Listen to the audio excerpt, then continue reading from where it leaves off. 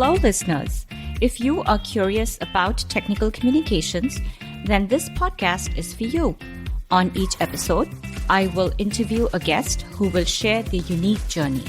This is Inside TechCom with Zohra Mutabanna. Let's get started. Hi, folks. Welcome to the Inside TechCom show. Today, we are going to try something new and something fun. Well, I'm in the hot seat today, and my husband, Iqbal Mutabanna, who also goes by the name Ike in his world, is going to interview me. So I'm just going to go ahead and hand it over to him and wish me luck. Hey, Iqbal, welcome on my show. Hello. Long time no see. Yeah, right. Yeah. Well, it was a long journey getting from, where you're sitting to where I'm sitting in the house as we record this show. But I am thrilled to be here. Big supporter of my better half and everything she's accomplished and this incredible show that she's built. So I'm totally psyched to have this conversation with her. I know we're going to have fun, and I hope all of you listening out there are going to have fun hearing Zohra Mutabanna's journey into the tech-com industry. So let's get started. Yes, let's get started. And I do want to say, my husband has been my biggest cheerleader. So I'm so happy to have him interview me. I am a little scared of him, but hey, you know what? We're going to have fun. Come on, I've got pom-poms in my hand and I'm dancing up and down, right? All right, let's go. So, I think there are a few different ways we can get going, right? And I'm thinking that perhaps considering the fact that we're not just partners in many things, but yeah, we're also partners in life, right? So there's that intertwined journey that we've gone through. And I have been fortunate to see Zohra really actually enter the telecom industry, from where she came and her entire journey through this process. So I will have to control myself into not interjecting, but Zohra has given me permission to give my take on things when I see that, there's something that I observed that might be of interest, right? So let's get started. Anyhow, so Zohra, let's actually get started from before you met me, right? Before we met. When I met you, you were working in one of probably the second largest news media organizations in India, in Bombay. That's right. So tell us the journey of how you got there from where you started. Sure. So I have to go back many moons.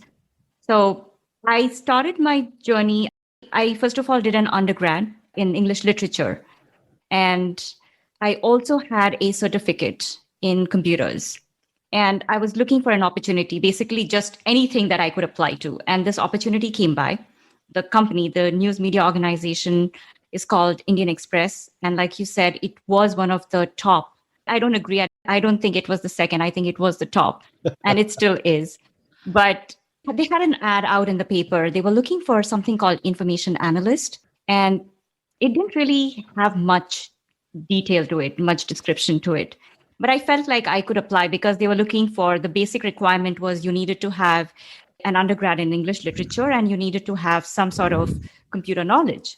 And they were building a team actually. So the news media organization had just launched a startup division and they wanted to build a team. And when they put out that ad, I don't think even they had exactly a well-defined role. So I applied and I went through an interview process. And fortunately, I got through and I couldn't believe my eyes when I got it. When I got that offer letter, it was like a dream come true. And even today, when I think about it, it's one of the most amazing memories that I hold on to dearly. So anyways, I got the offer and I started. And So let me stop you there for a second, right? There's an interesting backstory you just narrated, I think, that I'd like to sort of drill into a little bit. You have an undergraduate degree in English literature. Why did you get that certificate in computer studies? What prompted you to do that, considering the fact that you had a completely different undergraduate degree? Right. So I think that credit probably goes to my father. He was an advocate for having his kids educated and making sure that they have a secure career. And computers were the in thing. I'm I'm doing these air quotes. Right. And it was the in thing. And my dad thought that I had the inclination because I had taken a few computer courses in school. And he thought that maybe I have, and, I would do well. So he took me to this organization called NIIT, National Institute of Information Technology. At the time, it was, again, a private organization that was offering diploma courses. And my dad got me enrolled. I had to go through an entrance test, and I did really well on it. So my dad pulled in whatever resources he could because it was not cheap in those days. I don't know what the cost is now, but it wasn't cheap. And he enrolled me into a 2-year program. And he was very invested to get through this program. Well, by the way, we're dating ourselves a lot in this process, right? In this conversation, we're talking about the days when computers were supposedly the in thing because it was new.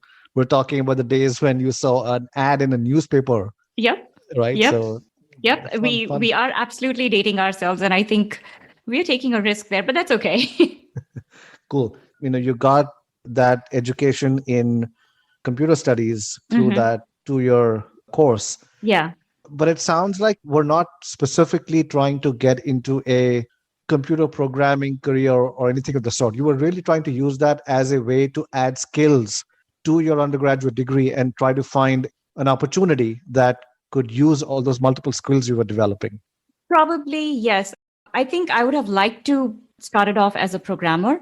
And probably that was an objective that my dad got me enrolled in this diploma program. But when I saw this job description, I felt like it was something that I could fit into because it was asking for technical skills and literature skills. Not literature, but really writing skills. And it was a good marriage of the two. That's great. So since we're talking about journeys and we're talking about helping your audience understand how different skills and experience they build contributes towards, your journeys through the technical communication space, right? Tell me a little bit more about that information analyst role. What was that role about? And what, caught your attention to it and what you actually did in that role?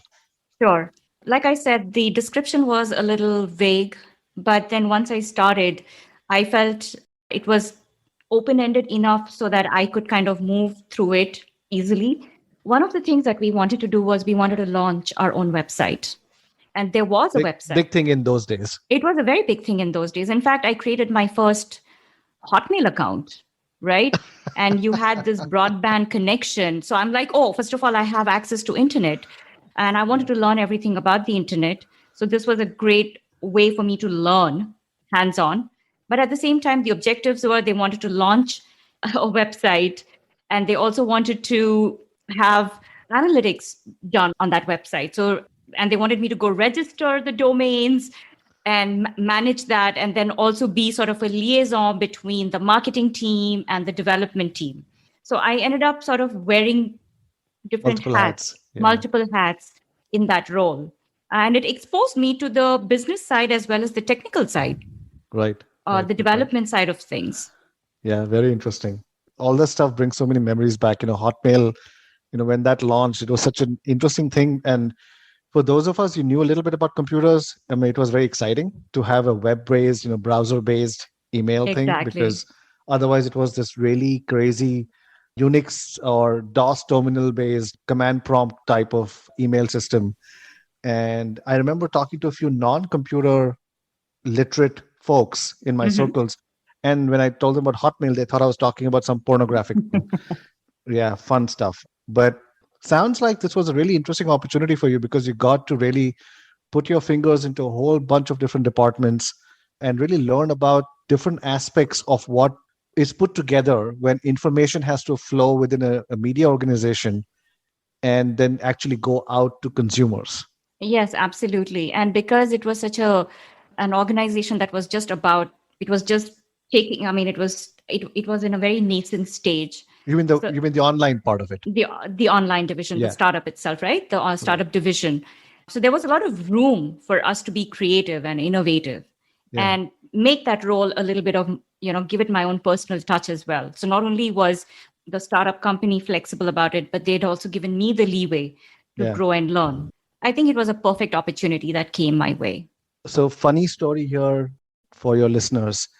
And I'll let you say the story, but I'll give an introduction to it. Last night, Zohra and I and our young daughters, we were having a discussion after dinner, and our daughter asked us about, whether we liked the show The Office. And Zohra started talking about some stories from that first job that she's just referencing at this online media organization. Some really funny stories. Some of them I think are probably not appropriate for sharing on this show, but the one that I think is really interesting is the elephant one. So without naming names, very quickly tell us about that elephant story. Yes. So, like I said, we were trying to launch a website and we wanted to promote it. Yeah. The head of marketing, that person, the head, wanted to promote it in a very unique way. So the head decided that they will hire an elephant with the banner and have that elephant sit right in the middle of this commercial center in Mumbai. And so it turns out that the elephant literally went on a strike because it was hungry. I don't recall I can't recall the specifics, but we had to get the elephant out because it was blocking traffic in a city like Mumbai, right in the middle of the commercial center. So Yeah. we had to bribe the elephant with bananas.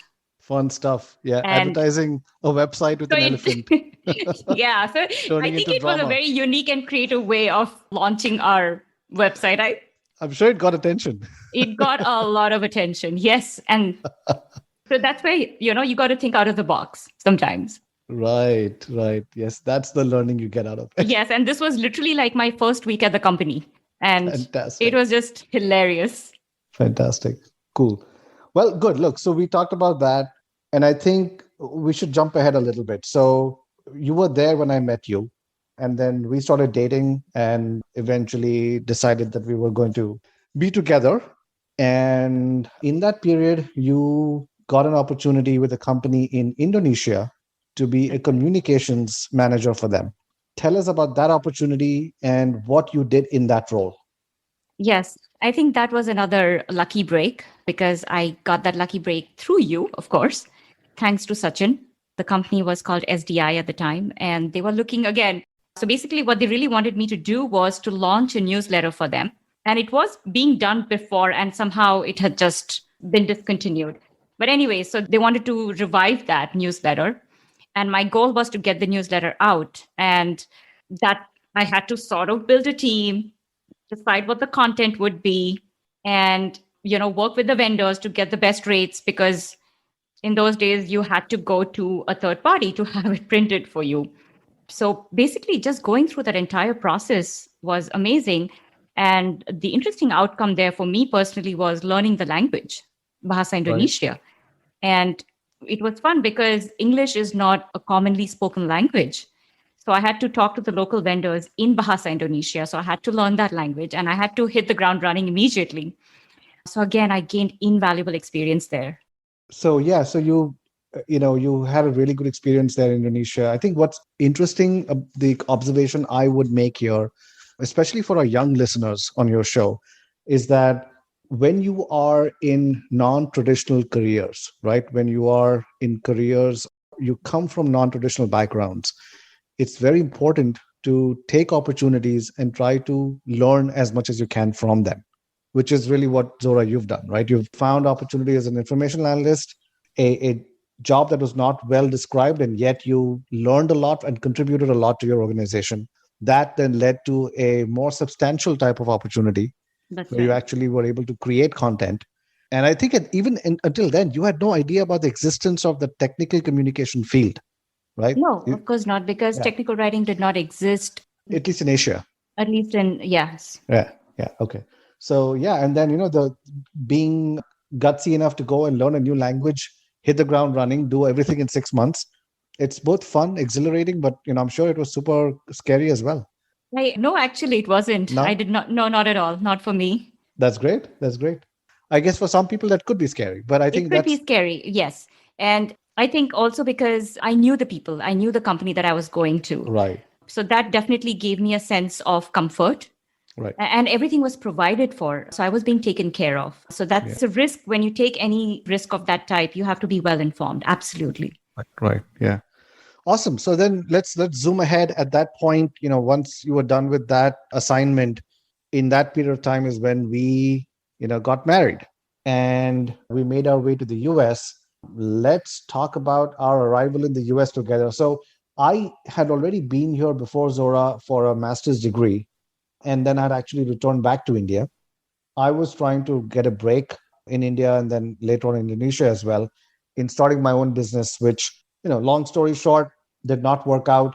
We got married, came back to the US. Let's start from there. Now, at that point, you arrived in the US, and what I saw was you were struggling to figure out how to translate the experience and skills you had gained in India and Indonesia into opportunities in the US, That's right. right? So tell your audience, what was that first thing that happened that got you intrigued about technical writing? So a very close friend of ours, and I'm eternally grateful to him, Murtaza Vasawala. He was working with a company called Vignette at the time. And he suggested that there is this career called technical writing. Why don't you give it a shot? So he arranged for an interview with, I think, their documentation manager at the time. She interviewed me and I bombed it in a bad way. Because, and I will tell you why. Although I had a background in English literature and although I had worked for a media company, the field was quite mature. It had matured here in the US. It had a very defined scope. And I was unaware and I was using language with flourish. And that was not what the manager was looking for. So in that interview, she wanted me to give some examples. How would I approach? I had no idea about audience analysis. And so we got into these questions. And those are the areas where I was lacking the knowledge. And so she recommended that, hey, you know what? I think you can do this, but I suggest you go get a formal education in this field. And that is what put me on this path Right, to acquiring a formal education. right. In technical writing. So in technical writing, yes. fantastic. Yeah. And then, from there is when you started researching universities and you found an opportunity to pursue a master's at Northeastern University in Boston. But there was a hiccup there, right? Right. Because you came with a 3-year undergraduate degree from India, which is valid in India. But in the US, they tend to consider that as a partial undergraduate degree. Right. And they wanted you to complete some extra courses that would, in their mind, would bridge the gap between the Indian degree equivalent and the US degree equivalent. That's so right. You went to Harvard University where you managed to go into the extension school. Tell us about the kind of courses you took there. So yes, you're right. I did take a few courses at Harvard, and I don't remember exactly what the titles were, but one of them was law and writing. One was writing for technology.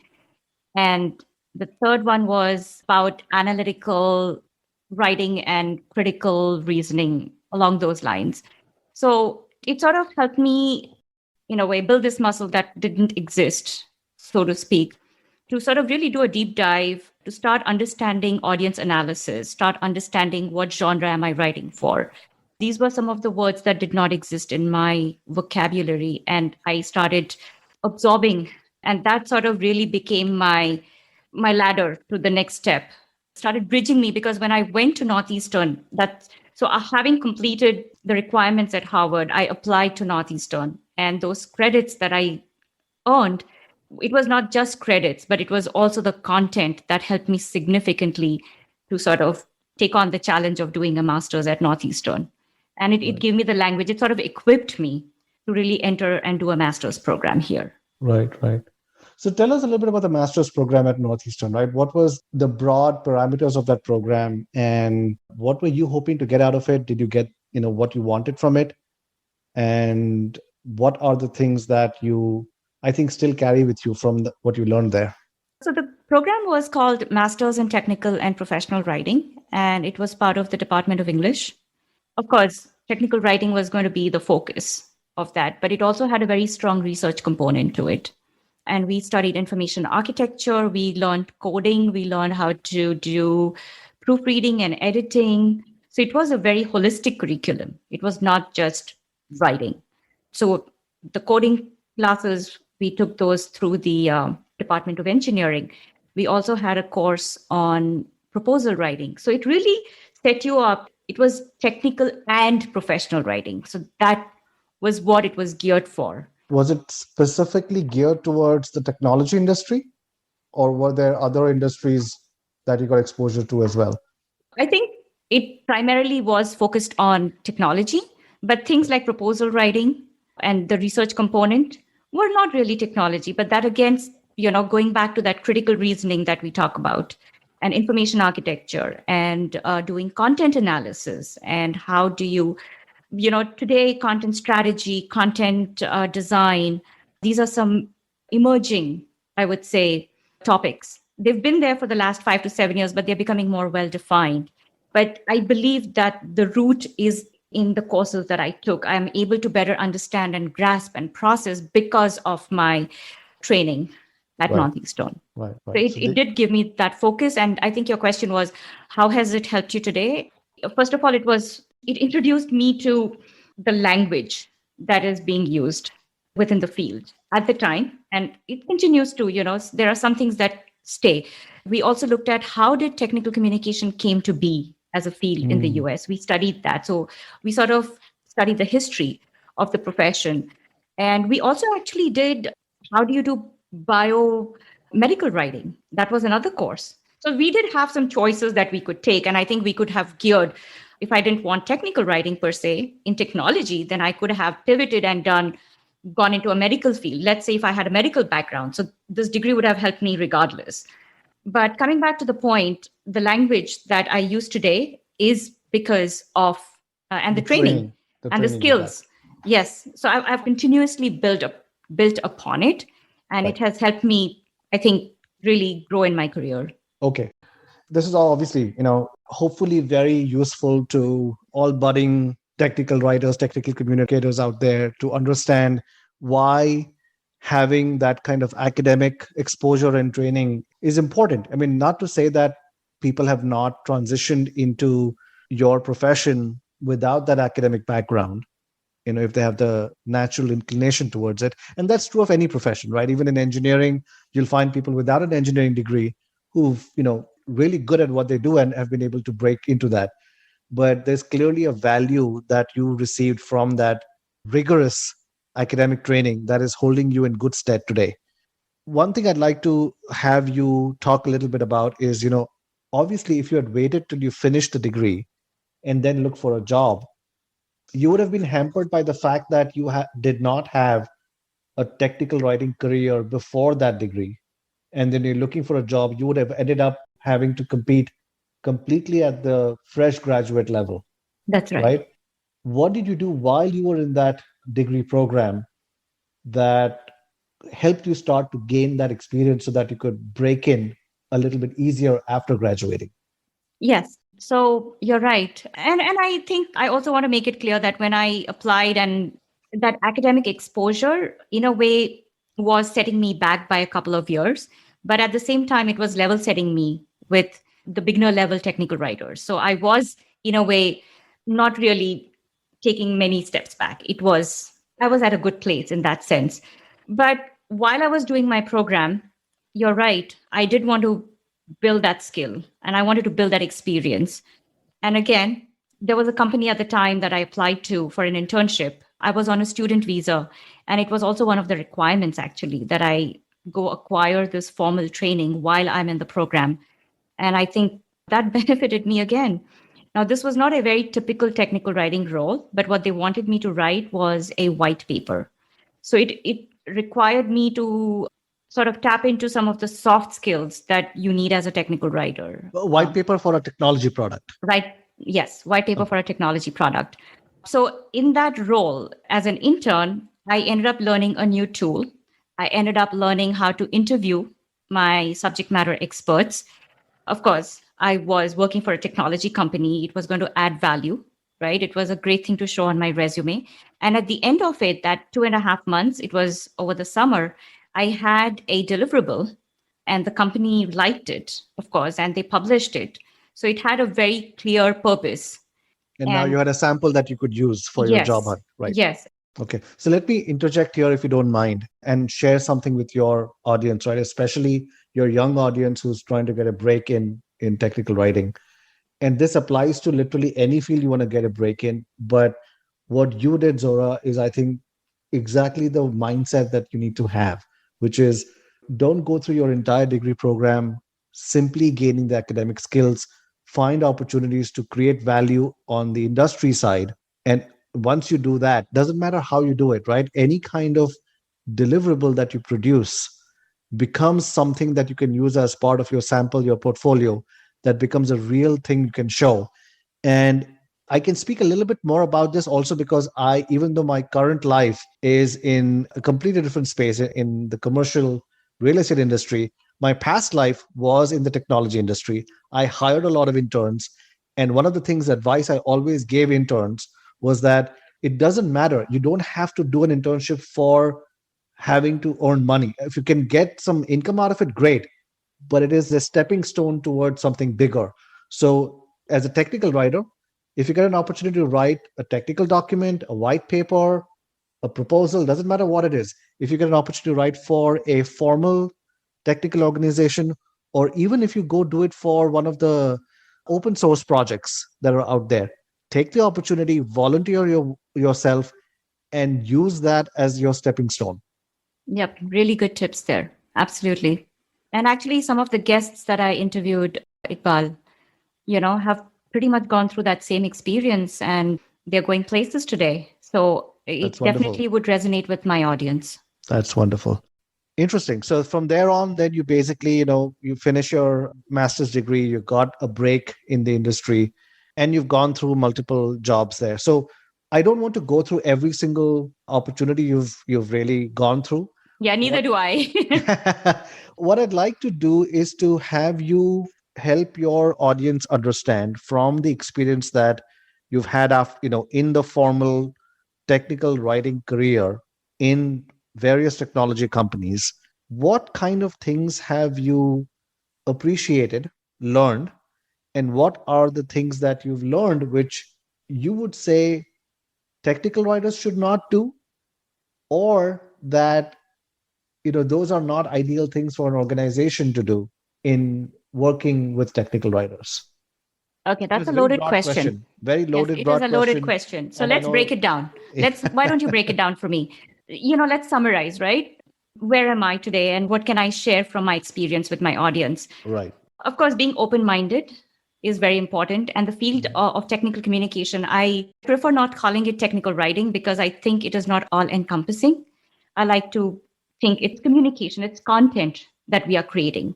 And content is king slash queen. And we want to make sure that we believe when we are creating content that this content is going to bring value to the company, that it's Right. providing business value. I think that is my biggest takeaway from my experience, that you have to get your seat at the table. You have to speak for yourself, for your profession. And when you're creating content, think how is this content solving a business problem? And then approach it in that manner. Because when you do that, you are elevating your profession and your contribution to your company. Because we all can write. If you're doing what you're doing, whether you're a UX writer or content strategist, information architect, no matter what you're doing, you have to think about how am I bringing business value? What problem am I solving? Right. And that is very critical. Another thing that I've gone through this journey as a technical writer, we silo ourselves. And for some reason, we also believe that we are not bringing that business value. You look upon yourself as being very low on the food chain, basically. Yes, but we are introverted. And I think this is very critical. This is very, very critical that we have to appreciate, we have to take charge and bring the value that we bring to the company and talk about it. So you have to start looking at not, oh, we are technical writers. No, you are creating content. And I will say this, in the current job that I am at Blackboard, it has been a fantastic experience because that is what the leaders of the team are doing, the head of the department is doing. One, it's not, they've pivoted. They're not calling the team technical writing or documentation because then that becomes a very passive role. It's called strategic content development. That is very empowering. And building partnerships with the design team, with the product management teams, and having us embedded and making sure that we are at the table. So I think that is the most important thing. You have to be visible. Right. And find ways to make yourself visible and explain and be able to demonstrate the value. That's great, really interesting stuff there, Zora, because just being very candid, in Mhm. my past life in the technology industry, right? And I used to be a chief technology officer at the time when I finally transitioned out of that life altogether. But I have to say very candidly that despite the fact that I'm married to you, such an accomplished technical writer, an accomplished technical communication specialist, I struggled when I used to form my teams. I used to struggle with the figuring out what was the value of a technical communications person in my team. Mhm. And I don't think I ever fully figured it out. Also, possibly because I did not meet people like you who could, articulate that value and prove and provide that value, right? And explain how it works. So I think what you're advising, your listeners and technical writers who are listening to you, that they have to step up to the plate and be able to demonstrate that value is super important. There are some roles where that value is just apparent, and some roles where you have to be able to make sure that you educate the management to understand it, right? Super helpful. You've talked about what a technical writer should do. Mhm. Tell us a little bit about what are enabling and disabling environments in which you have worked, right? What kind of environment has given you the strength and enabled you to perform and overperform Mhm. versus what kind of environments have brought you down? Because I think that is something important for Yes. your listeners to understand. Mhm. And we're not going to try and pinpoint specific organizations. That's not our intention here. But the intention is to make sure that when technical writers find jobs in organizations, that they think about the environment around them and make sure they don't allow themselves to get trapped in environments that are not enabling in nature. Right. So explain what your experience has been about what has enabled you and what has brought you down. So I worked for, again, a small company in Boston.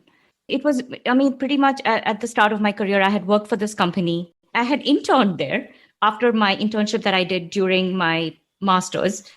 When I graduated, it was at this particular company. It no longer exists, but it was at this company. It was called Kurion.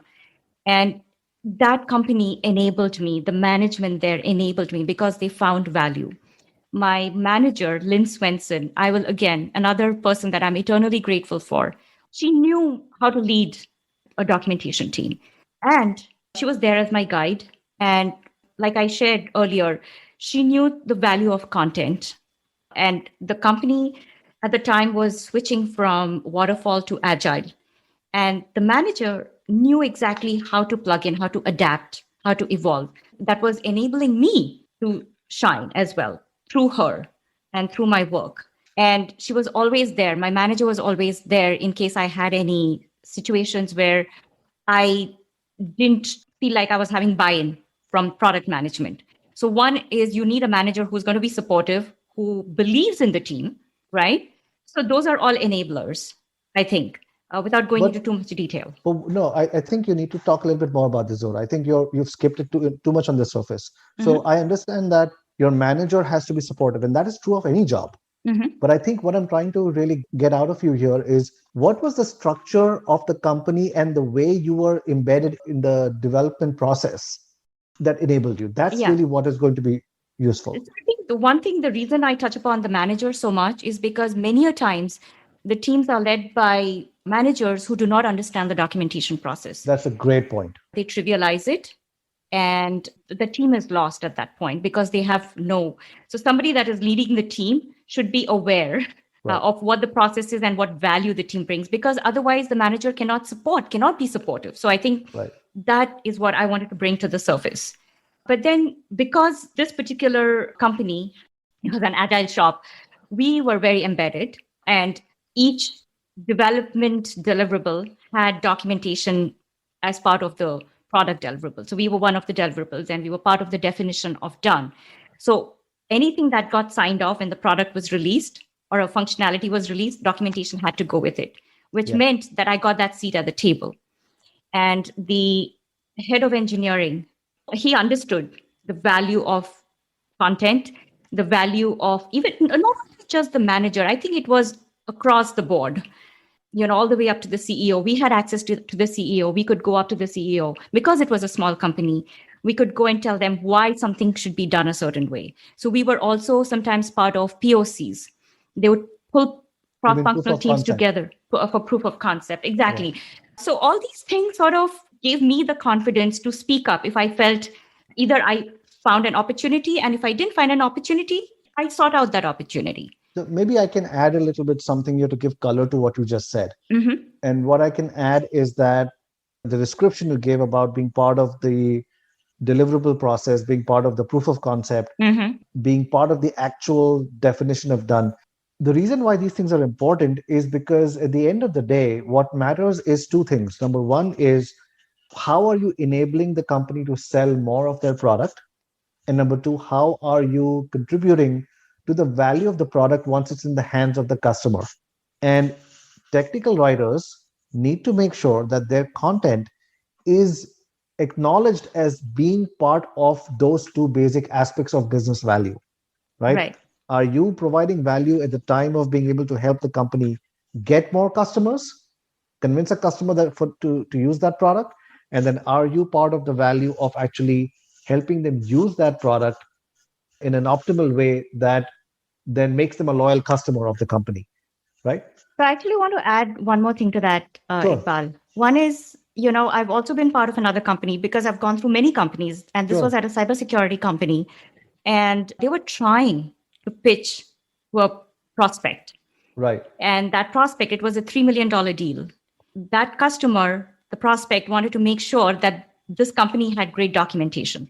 right, So they knew that the customer support is great, but they also wanted to be assured that the technical content that was being created was of great value. So we had to prepare content, yeah, and it was part of the pitch. The sales team went with that. Imagine how empowering that is. yeah, yeah, yeah, So not only are we part of the process after the product is created, but we can even be part of the sales process because agreed. eventually it is content. And now with robo chats and artificial intelligence, there's a lot of potential for writers, for content creators to plug in and find value. So you have to sometimes seek out that Yeah, value. Where can you solve a problem? Again, going back to that premise, you're there to solve a problem, and you're yeah, closest to the customer in a way, so you right. can be part of that whole pipeline. Makes sense. Makes sense. I always look at any successful business and its components through a very simple lens. And this lens actually, I learned from watching a show run by a guy called Marcus Lemon called The Profit Guy. And he always says that any business is, made or broken on three things: people, product, and process, right? So you touched about people, right? Having the right team, having the right manager makes a huge difference. Right. You talked about product, which is basically, how you create value for the customer who is actually consuming that product. And the third part is process. You hinted upon it in terms of how being embedded is helpful and creates the ability for technical writers to really shine. Mm-hmm. But then process is also the thing that can bring you down. Yes. I know it's a leading question because I want you to talk about it. Yes. Is what are the broken processes that can bring a technical writer down? Every company that I've been part of where the process was adaptable, the team was cross functional, and where we were given a seat at the table, we found the most success. But there were also process issues that were keeping you down. There were process issues as well. One was when we are creating content, we are working in tandem with development. And if that content has to flow to the content team, but sometimes when there is that gap, or if the development team is not doing the handover, having access to subject matter experts, having access to the QA team, because that partnership is very valuable, working with the UX team when you're not embedded, when things are thrown over the wall, Yeah. content is thrown over the wall. So the content creators, the technical communicators, we are not part of that process, right? Right from the wireframing and even prior, the discovery with the customer, sitting in on Right. those meetings, the planning that happens. If you don't have access, then that is a broken process. So technical writers, technical communicators have to absolutely advocate for themselves. And if this is if it is a broken process, I highly suggest that you sit down with the team and tell them why it is important, because the earlier you're part of the process, the more you can work in sync with development, with UX, and create that content. Another interesting thing that I came about, I'm doing a lot of UX writing right now. And one of the approaches that this particular UX team that I was part of in my past, you have Lauren Ipsum. It's just gibberish that's filled in. I was In the reading UX design, you mean? in UX design, yes. Yeah. But I've been reading a lot about UX. How do you UX design and content go together? So putting in that gibberish actually defeats the purpose. So when you're creating the wireframing, when you're creating the UX design, you want to make sure that you're putting in the right content there. And that is the process that we are Because following that's right now. contextualizing it in everybody's mind at the Yes. right time. Yes. So you're Yes. making good decisions on both the design and the content simultaneously. Exactly. Because they are not separate from each other. You cannot just have design without content. Right. And when they are built together in sync, you immediately discover the value as a team. Right. It becomes more meaningful. Yeah. It's more meaningful, exactly. So it's more purposeful. And so going back to the process that was broken, and then I've given an example in my current situation where I am part of teams where this is happening in sync. It's beautiful. It's beautiful. Yeah. It is beautiful. Absolutely. Good. Okay. Like, you know what? We've talked a lot about your career and about what's worked, what's not worked, lessons learned and all of that stuff. There is one important thing that we've left out, which is your volunteer work in your profession, because that is another huge aspect, I believe, of your success, right? I'm a huge fan of your entire journey, Zohra, and your success. And I strongly believe that the effort that you've put in over the last many, many years, being a volunteer, offering your voluntary services in terms of your experience, your knowledge, your time, and willing to help, I think makes a critical difference, not just in your own career, but in furthering the cause of your profession and ensuring that others are successful. So talk to us about your volunteer work in your profession, what you hope your listeners will do in order to contribute back. First of all, thank you for being appreciative, because again, that's without that support, it's hard for me to go and volunteer my time. But yes, volunteering, I think again, when I started my career, I was looking for my tribe, and I discovered STC, Society for Technical Communication. And I actually, while I was a student, I decided to participate as a judge. The Boston chapter at the time had a competition, and they wanted young judges. So I volunteered, not knowing. But why I did that, there were selfish reasons, because I wanted to see what kind of work is already being produced so that I could take some of that back to school and make sure that the artifacts that I'm creating for my program are of quality. So that's how it started. I also volunteered to write a newsletter article.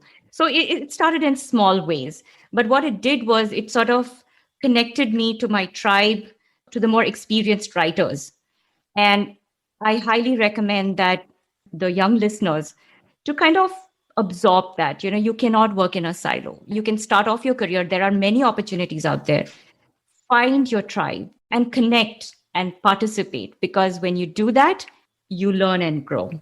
Not just that, you also build a network that then supports you to exactly to push yes, when I say that, yeah, absolutely. Yeah. It is a symbiotic relationship. You're not only are you giving, but you're taking a lot from that. You may not realize it in the moment, but we moved, right? We moved from Boston to Dallas. How did I find my first break? It was thanks to Bob Want.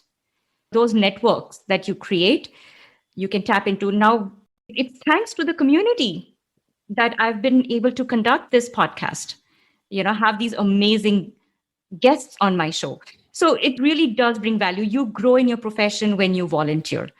Hands-on experience is one way to do it, but then you also have to be connected, because if you want to understand how the community is growing, what are the new trends, and it's actually it's a growing field, and there is a lot of push and pull. Are we UX writers? Are we information architects? What are we? And that is an amazing intersection to be part of. And and evolution. evolution. Exactly. So as I said, and you also get to learn and grow skills. For example, you may not get an opportunity to be a team lead or a manager, but when you volunteer, you get to wear those hats. So that's another And important. that's a skill you can take back to eventually be able to get a position of that type. Not everybody wants to be a documentation manager or a team manager, Sure. but at the same time, it's a skill that you want to develop. Right. Analysis, working with numbers. I worked as a Right. treasurer. I don't like numbers, but having gone through that role, I feel a little bit more confident. Right. Yeah, you're not just working in your profession, in your field, but you're also doing other things. You're growing these other soft skills which you may not be aware of. Right. And they all go back to eventually help you in your job as well, right? Because once you Absolutely. develop the understanding of numbers, now when you go back to your job, you may not necessarily need to use numbers as a way to fulfill your deliverable, but it does help you understand the value that you are creating for the business, right? Yeah, I Because mean, it flows into a project plan, flows into a business plan. yes, and it also makes you a better problem solver because Right. when you're doing it as a volunteer, what happens is it's not a paid position. So you have a lot more support from your community. So you figure Yeah. out, oh, wait, I can probably apply this to some of the challenges. Or let's say you're trying to present to your company something that you want. You take it to this network, that tribe, your community, and present. I mean, I'm giving a very small example, but that's how it has helped me. I Yeah. I mean, participated you've in a learned how to lightning do talk. social media, you've learned how to do marketing using MailChimp, Yes, things that you would not get to do in your normal job. in your normal job, exactly. Yeah. So, as technical writers, as technical communicators, when you're hired, you look at the job description. One of the most important things that they focus on is the tools. I'm Right. actually very tool agnostic. That's I great. don't think yes, having understanding how authoring tools work is important. Understanding the concept of what a data framework is, what is single sourcing. I mean, How version control works, Git how work. version Yeah. control works, but the tools per itself, they do not matter. Right. And literally, most job descriptions are looking for unicorns. How Right. do you become a unicorn? By volunteering, in a Yeah. manner of speaking. Beautifully said. Beautifully said. Love that. I will withhold comment on the style of thank you that you just said. But what I will say is that, I know that you represent the Society for Technical Communication, the STC, as an Yes, organization. yes, And you are now the president of the North Texas chapter. So I know that that is very dear and near to your heart. yes. But I think it's important to make the point that while you would love to have people volunteer and become part of the organization, that will be great. The real more important thing is to find the organization that works for you. Doesn't matter what Absolutely. it is. Yes. There are some really good organizations out there. Right. I will, give a shout out to Write the Doc. There is Writers UX, where I got my first opportunity to present at a That's conference. correct. So That's there are correct. many, many opportunities that you can plug into, Yeah. but seek out your community and be part of it. I think meetups are sort of becoming passe Yeah. lately, especially with the pandemic. So, yes, there are many organizations. Okay. I think we've sort of covered a whole bunch of things and hopefully created some value for your listeners in learning from your story or at least enjoying your story. I think I'd Hopefully. like to leave on an enjoyable note. If you can try to recall and think of any one incident during your entire tech writing career or tech com career that is just funny, hilarious, something that tickles you even when you think about it today. Yeah, it has been funny to me, really. So I was obviously trained in British English, and I, would write my content using British spelling. And the Uh-huh. editor Like at COLOUR instead of COLOR. exactly, and there are many other words. Yeah. So, and the editor, the very first time that I turned in my copy, this was a print PDF, and I had to print it out and turn it into my editor. And my editor, it's all redlined. And I'm thinking, what happened here? Not even realizing that it was not grammar or anything else, but it was just my spellings that I was using. So It's just, that, yes, so yeah, I have you're to using even today British constantly spellings. remind myself, hey, do not use British spellings, because that is my natural way of thinking and processing.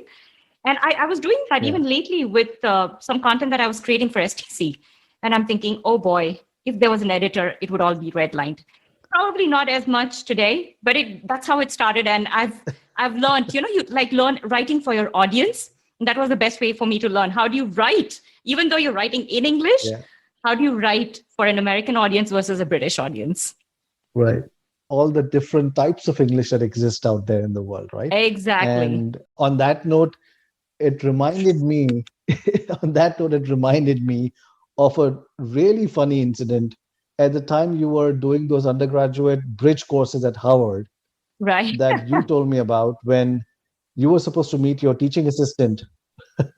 I'm going to recall that. So teaching assistant Zohra was supposed to meet her for getting some clarification on some of the notes from previous class session. And she reaches there early at wherever in the campus she was meeting that TA. Spending some time looking around. It was a beautiful, I think it was the science building, beautiful building. The TA I mean, arrives it was late the and she's Harvard like, "Oh, campus, I'm so right? sorry I'm late." And Zohra tells her, "Yeah, yeah." And Zohra tells her, "Oh, not a problem. I was freaking out." And this TA is so apologetic, like, "I'm so sorry you're freaking out. I didn't intend to be so late. I know it's a new place for you." And you're like, and you're puzzled because you're like, "I'm having fun." And the reason why this is funny is because the Indianism of that word Freaking is that out. the word freaking out in India actually is a colloquial term to mean you're having fun, which is the exact opposite of what it means you're in the US. And of course, the TA was taking this as meaning that you were really having a tough time and that you were, unhappy about your situation. Well, you really were trying to convey that you were actually just enjoying your time there. The tale of the multiple Englishes. Awesome. So I think this has been fantastic. I feel like I have poked you enough to cover as much as I could. And I know that I might have a hard time with you if you were unhappy with things I asked you, and I might have to sleep on the couch, but that's okay. Hopefully, this has been fun for your audience and they've been able to enjoy listening to your journey. And I know this is going to be your last episode of this season That's because right. you're going to start the next season with a brand new theme and a Yes. brand new set of guests providing a lot of value. So I'm just going to put in a pitch for you, Zohra, and for your amazing podcast show, the Inside TechCom Show. Listeners, you got to subscribe to it so that you're not waiting for Zohra to tell you to listen to an episode. She's got amazing guests, amazing stories going on, amazing things she's sharing and getting her guests to share with you. And I know for a fact that the next season is going to be incredible. It's going to provide so much value that you don't want to miss a single episode of the next one. So make sure that after listening to this, you subscribe to this show right away so that you get notified when the first episode of the next season goes out. Oh, thank you, Iqbal.